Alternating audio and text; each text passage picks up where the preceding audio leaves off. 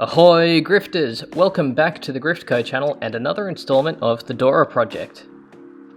As you are already keenly aware, this episode is all about the custom build of a false floor in a Tinny. Not only are we replacing the plywood floor with aluminium, but we're going to be raising the floor to give it a super flush finish. So the factory floor that comes in a Quintrax Explorer is low to the skin and contours around the boat's ribs. We're going to ditch this full length floor for a half floor so we have some room to extend the front deck. Unlike our last video, we're going to be welding the support frame into the boat, but don't let that daunt you. Beyond building the frame, we'll be going through some fresh ideas that will turn your OK deck into something hella flush where all the women will want to check out your pristine hard deck. I suppose it goes without saying, but to get started, you'll need to pull out your old floor. Crazy, I know. Just like our rear deck video, it all started with a sketch. Not only was this a sketch for myself, but it's also a good idea to be able to explain your concept to a contract welder, or perhaps even a good mate that is happy to do some welding for you. Introducing Mr. Burly Pro, Martin Gittins. Now, Marty owns and runs Burly Pro.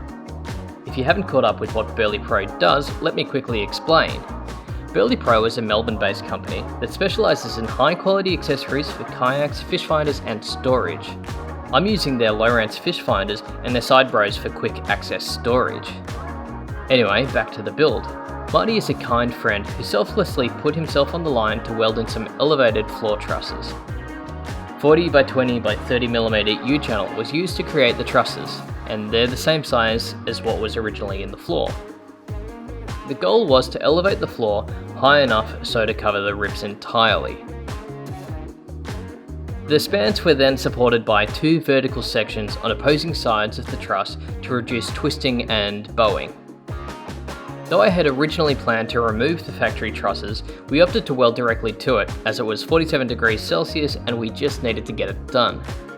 Let's build another boat. Off camera, I spent a couple of weeks learning how to weld, and in that process added some additional central rungs to the frame. Now these are important later. So after the original rear deck build, I still had masses of 4mm sheet. It nearly just fit without cutting, but the corners needed some trimming to fit around the ribs and gussets. A quick template and a cut with the jigsaw and that was that. The full width of the sheet is enormously unwieldy, so it was essential to cut it in half to make life easier if the floor did need to be removed. When working with alley sheet, make sure you clean up all the edges and always wear gloves. This stuff is super sharp. So the sparkly new floor looked great, but there were some large gaps on the side where small things could still get trapped under the floor. What I wanted to try was adding a rubber skirt to the edge of the floor which would push up against the side of the hull. I started by roughing up the underside with the wire wheel to generate a good surface to glue the rubber, and then I cleaned it with acetone. I'm using nitrile rubber and araldite, but I'm not sure on the compatibility of the two in a marine environment. I'll be monitoring this closely to make sure it doesn't fall apart anytime soon. I think an alternative would be sandwiching the rubber between a riveted strip of aluminium, but at the time I honestly didn't think of that. So far it seems to be holding up, but time will only tell. After the glue had dried and the panel test fitted, it was clear a relief cut was needed for the rib. Whilst not my neatest job, it's all about making progress. With the panels clamped in position, I started drilling holes both through the panel and the truss. As you may already expect, the plan was to secure the panels using aluminium rib nuts, which are my favourite things. I opted for M5 hardware as I knew I would be using enough across the three trusses and rungs. Countersunk rib nuts meant the panel would sit perfectly flush against the length of the truss. Double check you have enough depth under the truss to insert and set the rivet. As well as securing the panels in the corners, I wanted to ensure the inside edge was fixed to eliminate any lifting through the centre of the floor. After fixing the corners, I scratched the outline of the underside framework into the panel. Using this as a guide, it was really easy to determine where to position the hole in the panel that's centered to the rungs and the trusses. This position is then transferred to the framework by reinstalling the panel and drilling back through the holes. With this, there's no second guessing, though it is a little time consuming installing, removing, and reinstalling the panels. This is so important because if you do it wrong, your floor is either going to look like Swiss cheese, or the framework may be made weaker with a shitty drilled hole. Or worse, both. Another quick one, when cutting or drilling aluminium, WD-40 is your friend. You'll drill faster and prolong the life of your drill bits. And aluminium rib nuts are awesome, but they can be over-torqued easily. Just remember to be gentle. To reduce the metal-to-metal contact between the trusses and the floor panels, I placed EVA foam tape along the trusses. Not only does it minimize wear points, but it also removes any rattling noises. I highly recommend this for all of your builds. Obviously, we need to find our rib nut before we can put the countersunk bolts back through, and then the floor is ready to go back down for the 100th time. With the floor raised about 60mm, the gap between the floor and the bench seat has become smaller, but unfortunately not small enough to stop things from slipping through. The goal here was to close the gap by simple means. What was decided was to run a length of extrusion to fill the gap. Simple. The extrusion would slip behind the rib gussets and be riveted directly to the bench seat.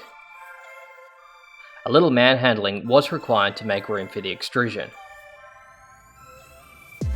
I wanted to use an extrusion with a return so it could hide the mating edges of the floor panels and the extrusion. The extrusion is only 1.2mm thick, but that's plenty for this little dress cover. Some of you may be thinking the deck won't shed water, but there are still plenty of holes and gaps for water to go below the deck. I spaced the cover up using TIG filler rod to ensure an even gap the whole way along. So I should probably watch my own videos and listen to myself, but I wasn't wearing gloves and I cut myself. The last little finishing touch was to add some pinch weld to the exposed extrusion, just in case the two panels expanded and touched and vibrated. Plus I think it finishes the build really nicely. And that's about it. So before I tell you what it all cost, I'd like to ask you a favour. If you found this video helpful, please consider giving it a thumbs up. And if you want to follow the project, make nice with that subscribe button. These little teaser clips give you a glimpse of what is coming up in the build. Back to the cost. This deck used about half of the first sheet of 4mm aluminium, so we've used about $100 in this segment. The extrusion's about $50, and the foam, rubber and pinch weld is probably another $30. So a rough total of about $180. With that said, it did require the use of a TIG welder, so that may cost you a little bit more depending where you are.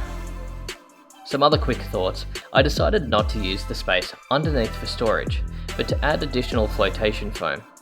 I'll have to show you that in some future videos.